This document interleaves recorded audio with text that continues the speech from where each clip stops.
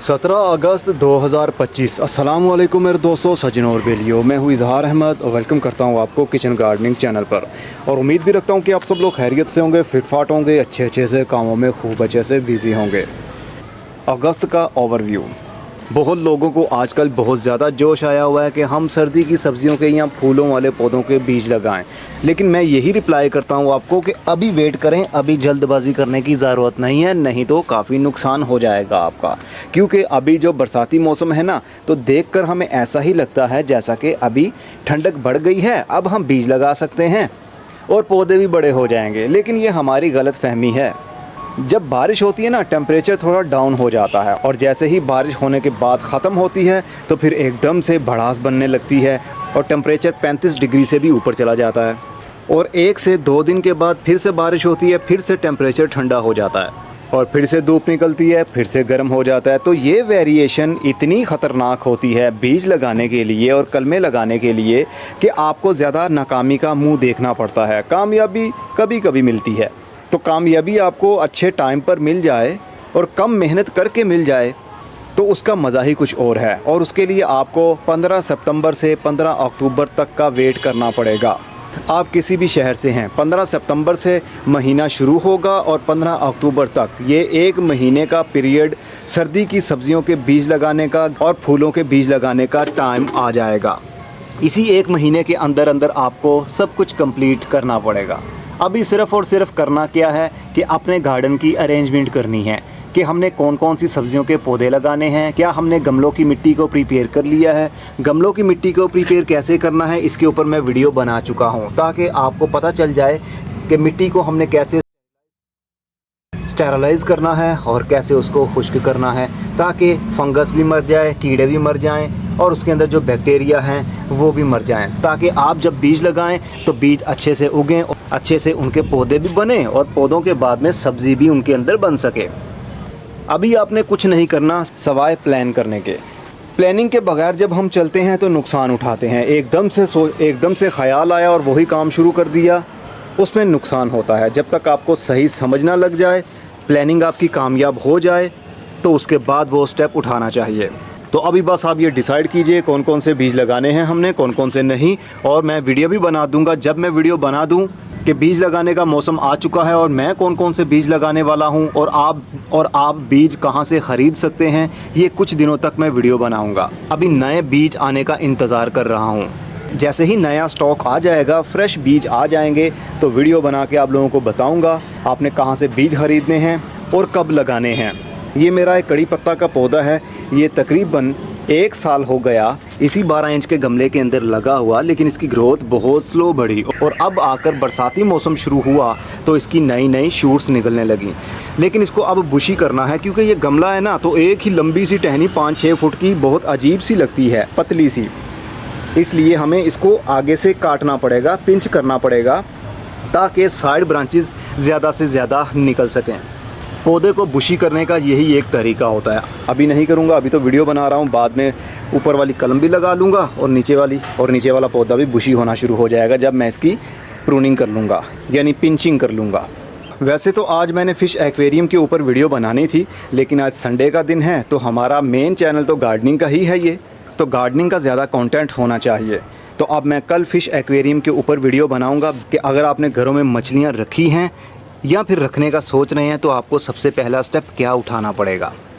और मैं इस साल कौन कौन सी सब्ज़ियां लगाने वाला हूं, ये अभी मैंने डिसाइड नहीं किया है, क्योंकि मैं थोड़ी सी ही सब्ज़ियां लगाऊंगा, ज़्यादा नहीं लगा पाऊंगा, क्योंकि हिफाजत कर नहीं पाता हूं मैं, रोज़ छत के ऊपर आ नहीं पाता हूं मैं, तो इस वजह से थोड़ी सी वैराइटीज़ लगाऊंगा। लेकिन लगाऊंगा ज़रूर, बिल्कुल ना लगा कर भी अजीब सा लगता है हमारा गार्डन।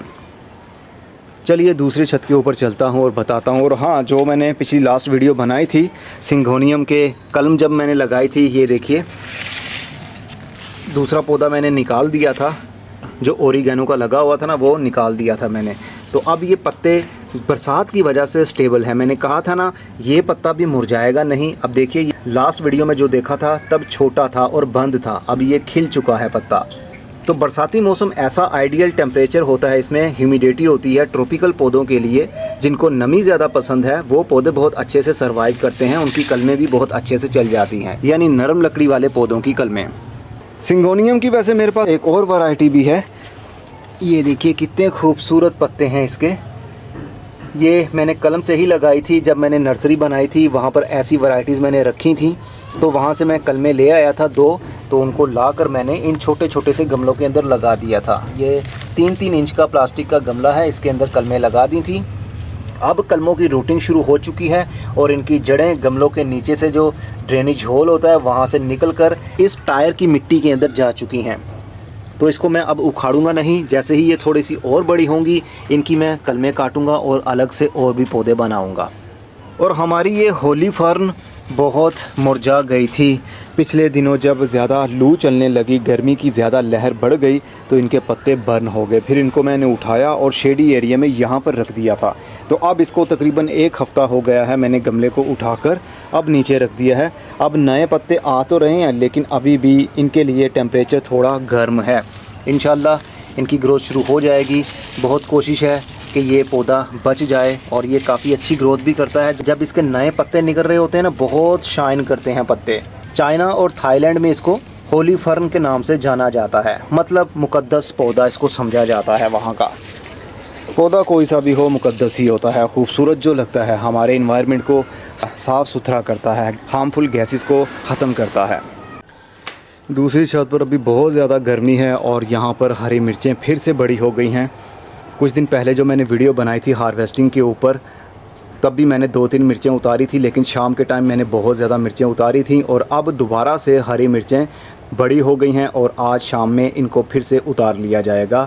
हर पौधे पर बहुत ज़्यादा मिर्चें लगी हुई हैं। ये लटकने वाली डाउन शूट वाली हरी मिर्चें भी काफ़ी बड़ी हो गई हैं और लंबी भी हो गई हैं। इस तरह के कुछ पौधे मेरे पास लगे हुए हैं जो कि मिर्चों से अब भरे हुए हैं। मैंने पिछले दिनों तकरीबन 4-5 दिन पहले अंजीर के पौधे को गंजा कर दिया, यानी इसके बहुत ज़्यादा पत्ते बढ़ रहे थे ना, तो पत्ते बढ़ने की वजह से और बारिश होने की वजह से मिट्टी काफ़ी नरम हो जाती है। तो जब साथ में तेज़ हवा चलती है तो पत्तों की वजह से पौधा एक साइड पर झुकने लगता है, क्योंकि हवा का प्रेशर बन जाता है ना।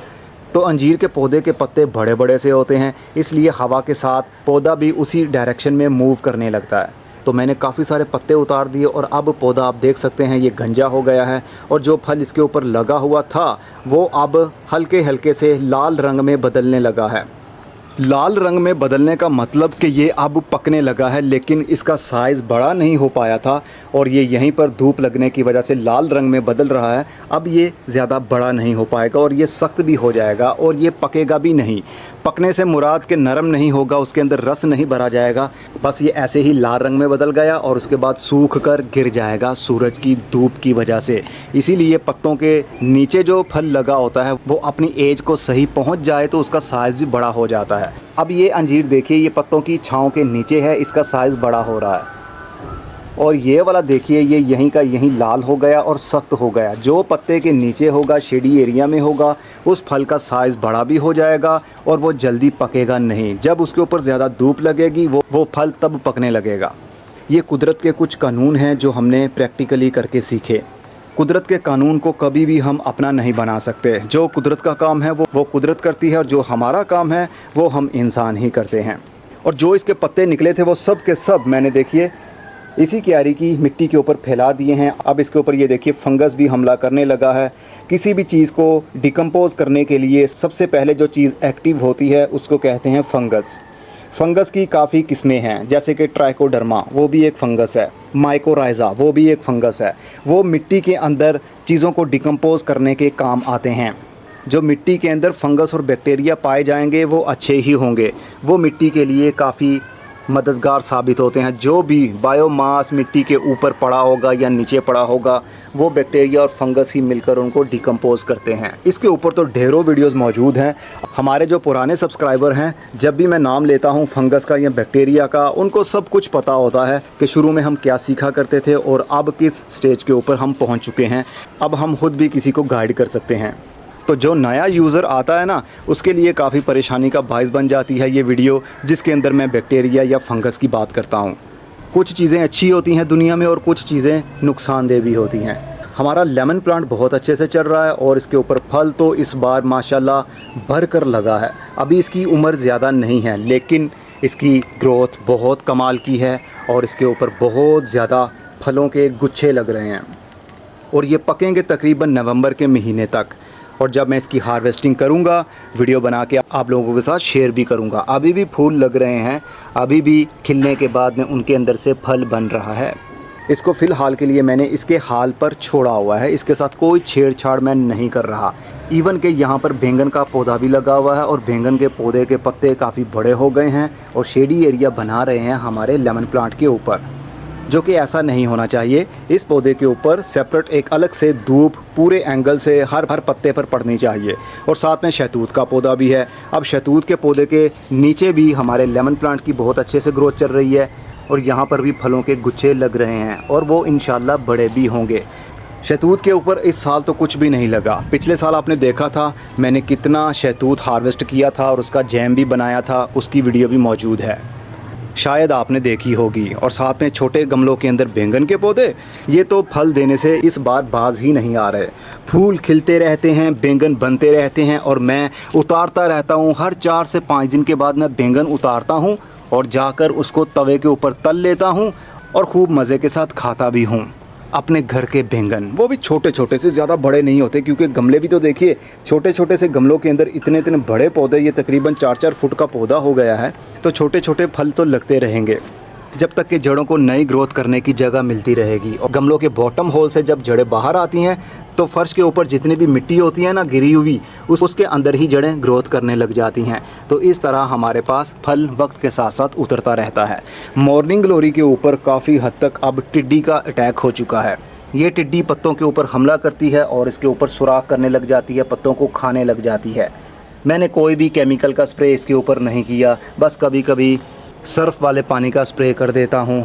जो टहनियाँ ऊपर चली गई हैं वहाँ पर टिड्डी आ नहीं सकती, इसलिए वहाँ पर पत्तों की ग्रोथ भी अच्छी है। लेकिन जो फर्श के पास में हैं, ज़मीन के पास हैं, वहाँ पर कीड़ों का हमला ज़्यादा होता है। मिर्चें ही मिर्चें हैं। ये देखिए, ये मदर प्लांट है, इसका तकरीबन 2 साल इसकी उम्र हो चुकी है। मैंने इस साल गर्मी शुरू होने से पहले इस पूरे पौधे को काट दिया था, लेकिन फिर से देखिए ये पौधा नए पत्ते निकालने लगा।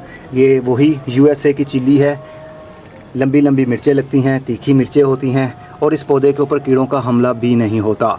इसके पत्ते ही कुछ इसी अंदाज से खिलते हैं जैसा अभी आपको दिख रहे हैं, छोटे छोटे से मुड़े मुड़े से पत्ते, लेकिन फल देने से ये बाज नहीं आता। आपके सामने है, ये कोई नकली मिर्चें नहीं हैं। और फूल भी आपके सामने हैं, फूल भी खिल रहे हैं, कलियाँ भी बन रही हैं और उनके अंदर से मिर्चें भी बन रही हैं।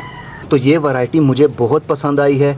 इस वैरायटी के बीज हमारे दराज स्टोर के ऊपर भी अवेलेबल हैं, आप ऑर्डर करना चाहें तो कर सकते हैं।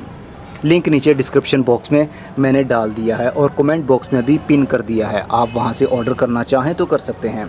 बस एक बार बीज ख़रीद लीजिए, उससे पौधे बना लीजिए। जब मिर्चें लगें उस पौधे को तो उस पौधे से मिर्चें उतार कर सुखा लीजिए और उसके अंदर से जो बीज निकलें उनको दोबारा से आप अपने लिए उगा सकते हैं, जैसा कि मैंने भी उगाए। अब ये बीज मुझे लगता है कि मेरे पास कभी ख़त्म नहीं होंगे क्योंकि मेरे पास पौधे बन गए हैं, वक्त के साथ साथ फल लगता रहता है। मैं मिर्चें उतार लेता हूँ, थोड़े से बीज अपने लिए स्टोर भी कर लेता हूँ, तो आप भी इसी तरह स्टोर कर सकते हैं। चलिए कल मिलेंगे मछलियों की वीडियो के साथ, तब तक अपना बहुत सारा ख्याल रखिएगा और इंतज़ार कीजिए बीज लगाने की वीडियो मैं कब बनाता हूँ, ताकि आप लोग भी मौसम आने से पहले बीज ख़रीद लें और अपने पास रख लें। जैसे ही मौसम शुरू हो आप बीज लगा दें। फिर मिलेंगे, खुदा हाफिज़। और हाँ, अगर आप हमारी पेड मेंबरशिप लेना चाहते हैं, 500 रुपये मंथली होगा। हमारे व्हाट्सएप के ऊपर आप अपने पौधों की परेशानियाँ डिस्कस कर सकते हैं, उसका हल क्या है, पौधों को क्या प्रॉब्लम चल रही है, गार्डनिंग से रिलेटेड आप कोई भी सवाल हमसे पूछ सकते हैं। सिर्फ 500 रुपये फ़ीस पे करना पड़ेगी आपको मंथली। 1 महीने की मेंबरशिप ले लीजिए या फिर जब तक आपका दिल चाहे। मेंबरशिप लेने के लिए डिस्क्रिप्शन बॉक्स में लिंक मौजूद है और कमेंट बॉक्स में भी उस वीडियो का लिंक शेयर कर दूंगा, उसको वॉच कर लीजिए। आपके सारे सवालों के जवाब उसमें मिल जाएंगे कि आप कैसे मेंबरशिप ले सकते हैं।